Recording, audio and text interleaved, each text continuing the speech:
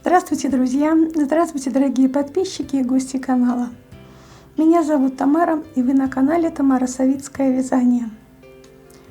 Дорогие друзья, девочки, все те, кто вязал вместе со мной вот эту замечательную кофточку, вот этот ажурный французский кардиган, хочу сказать, что мы с вами благополучно пришли к финишу, к финалу. И сегодня у нас 6-е итоговое видео. И вы увидите фотографии вот этой кофточки и фотографии на мне, как она выглядит. И я хочу немного рассказать, подвести небольшие итоги и рассказать, что в результате у меня получилось. Конечно, хочу сказать сразу, я очень довольна этой кофточкой. И поскольку она ажурная, возможно, я надену ее на новогодние праздники или на Рождество.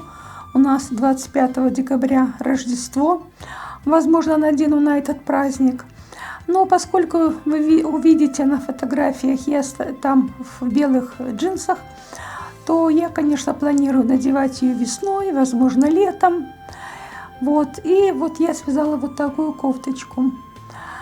И, друзья, я сейчас в процессе монтажа я поставлю фотографии, и вы увидите и девочек-моделей, которые, значит, вот французские модели в этой кофточке. И вот вы увидите, как выглядит моя кофточка, и она надетая на мне. И добавлю, что эта кофточка у меня немножко претерпела изменения в плане длины. Если кто-то со мной давно на канале, то, возможно, вы видели мой отчет номер 12, в котором я показывала уже готовую работу, вот эту свою кофточку. И рассказывала, что она уже закончена, и моя дочь меня сфотографировала, вы видели фотографии. И потом, после некоторых раздумий, я поняла, что меня не устраивает длина. То есть я связала длинную кофточку, длинный кардиган. И хочу сказать, друзья мои, девочки, решайте сами, какую вам нужно длину для этой кофточки. Тут все индивидуально. Если вы посмотрите в интернете на девочек-модели, которые там представлены вот в этих кофточках, и там различные варианты кофточек, и с круглой горловиной на застежку, и своеобразной горловиной, и даже разные виды плеча там представлены, то разные, совершенно разные кофточки, цветовая гамма разная. Но у многих, хочу сказать, общее то, что такая вот кофточка заправлена спереди, вот как сейчас такая тенденция модная, заправленные джинсы. И добавлю, если вот вы вяжете вот такую кофточку, такой более укороченный вариант, то есть не очень длинную, и вы молодая девушка, женщина с хорошей фигурой, можете себе позволить вот такой вариант ношения вот этой кофточки, заправленной спереди в джинсы, то, конечно, нужно вязать короткий вариант вот этой кофточки, то есть не длинный. И, соответственно, у вас это все будет хорошо смотреться, если она не будет очень длинной. Хочу сказать, что вот на рост 1,63 м моя кофточка составляет сейчас где-то 57,5-58 сантиметров длина. Вот. И хочу сказать, какая у меня получилась длина по ромбам. Вот, допустим, на передней полочке, давайте посчитаем.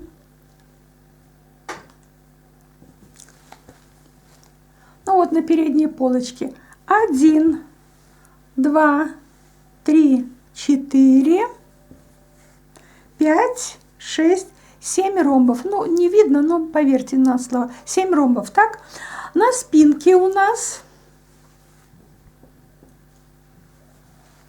давайте посмотрим на спинке. Вот на спинке 1, 2, 3, 4, 5, 6, 7, 8, 9 ромбов. Здесь 9 ромбов. И, соответственно, сбоку, вот у нас 3 ряда ромбов. Соответственно, здесь, конечно же, меньше. 1, 2, 3, 4, 5, 6, 7 ромбов. То есть, вот если по ромбам считать, то вот такая вот длина получается. И добавлю, что каждый ромб имеет раппорт 19 рядов. Ну, конечно, вы это знаете и помните.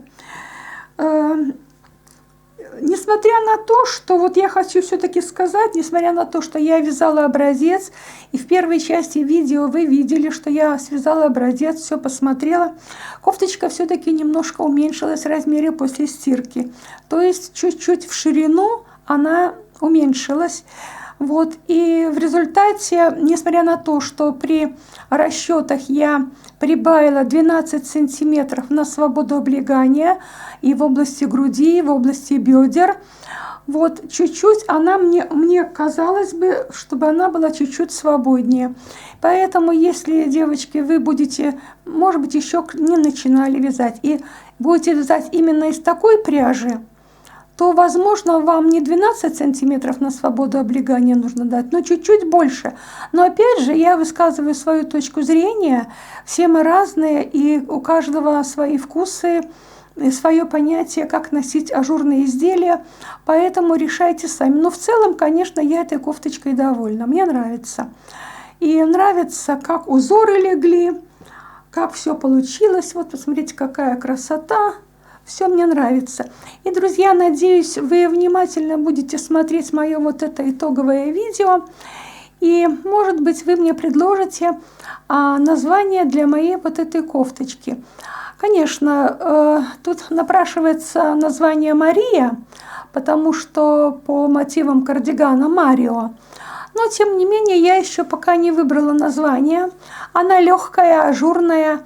И, может быть, это будет название совершенно какое-то не обязательно женское имя, что-то другое.